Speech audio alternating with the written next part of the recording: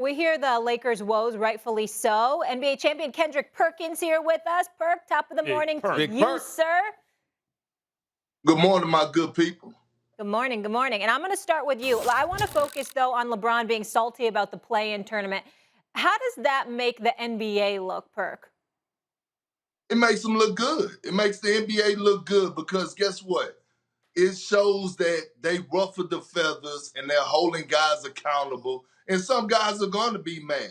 LeBron James is not the only guy that's mad about the play-in tournament. I heard Luka Doncic and Mark Cuban complaining about it. But guess what? I actually love it because we all know throughout the history of the NBA towards the end of the season, it starts to get boring. People don't want to watch it. People are not engaged. But with the play-in, it holds everyone accountable. I look at last year, right before the bubble, when Damian Lillard came out and said, I'm not going to the bubble unless I have a chance to compete for a title or a chance to get into the playoffs. He actually embraced the play-in tournament and actually went out there and handled his business. So I love it. You know, as a former player, you know, throughout the course of a season, certain teams tend to relax and take games for granted. In this case, you can't do that anymore because you'll find yourself in this position. Now, who LeBron should be pissed off at, and y'all know LeBron is my brother. I've been knowing him since the age of 13, played with him for 2 years in Cleveland, et cetera, et cetera. But who he should be mad at is his teammates because before he got injured, they were a top 2 seed in the Western Conference. He should be mad at them for not holding the fort down. For me, it's a good point. For me, here's my deal. I don't necessarily disagree with Perk. I wasn't a fan of the playing game because my attitude is that when you look at some of the teams, particularly teams that are below 500, I don't even want you in the playoffs. If you can't be 500 during the regular season, I don't even want you in there. I think there should be a rule against you being in the postseason if you're not even a 500 team. That's just my personal opinion. But upon further thinking about this, I don't really have a problem with it because I hear where Perk's coming from and where Max has come from in the past in terms of teams being held accountable and not being able to take those nights off. Here's what I will say that does make LeBron not look so good about this position. You weren't saying this when y'all were a top 2 seed. You're saying it now. You see what I'm saying? You're saying it now because you find yourself having to compete to avoid bubble play. And that's something that he needs to reflect upon. And like Perk said, you should be happy. You should be upset at your teammates because the Lakers should not be this bad without LeBron James. Yeah, you don't have to be what you were with him, but you could at least be a 500 teams. They're like 8-14 in their last 22 games or so. That's unacceptable. The fact that you've fallen off to this degree should say something, particularly when you've played with LeBron enough, where even though he's the catalyst, Max, and he leads the way, you've been with him enough to know what you're supposed to be doing, even when he's not on the floor. And the fact that that doesn't appear to be the case and everything's a bit discombobulated, we got to look at Frank Vogel right now, but we also got to look at the rest of those players because you shouldn't be falling apart at the seams like this. I want to address that before I answer the question. First of all, I don't agree with that because, Stephen A., when you have a chance to get 2 MVPs on your roster at the same time, you're going to always do it. And that means some of your other roster is going to be thin. You're not going to have a lot of starting caliber players. That was the Lakers.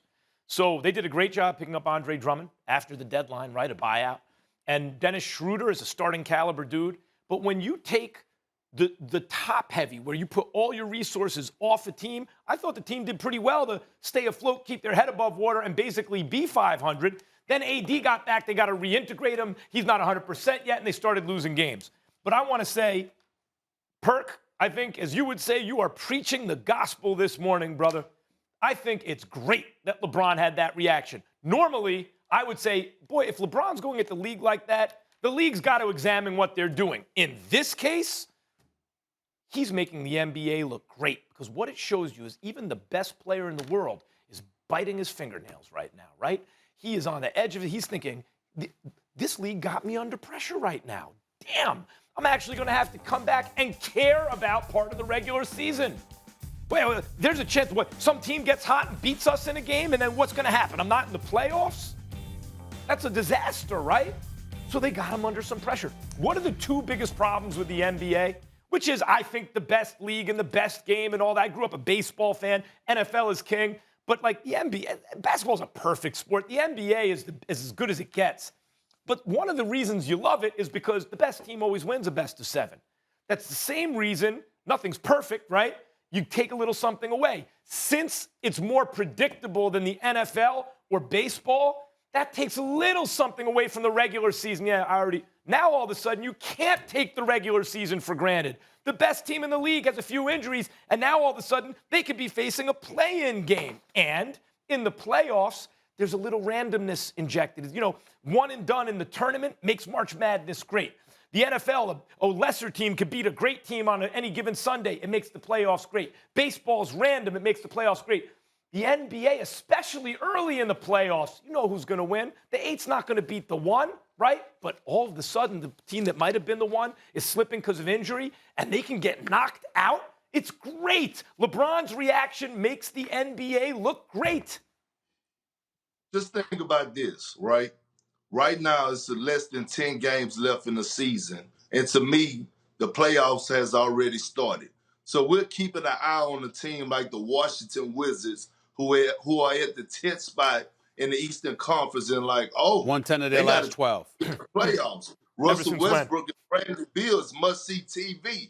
Are we looking down the line? We looking at the Boston Celtics battle with the Atlanta Hawks to see if they go get in the playoff position. We looking at the New York Knicks right now, who just hit a West Coast swing. That's right. Right? Who just hit a West Coast, who just went West Coast for a couple of games and seeing if they're going to stay in the playoff race. So I love it because it brings out that competitive spirit. It shows who really won it or not. So I'm all in for the play-in tournament.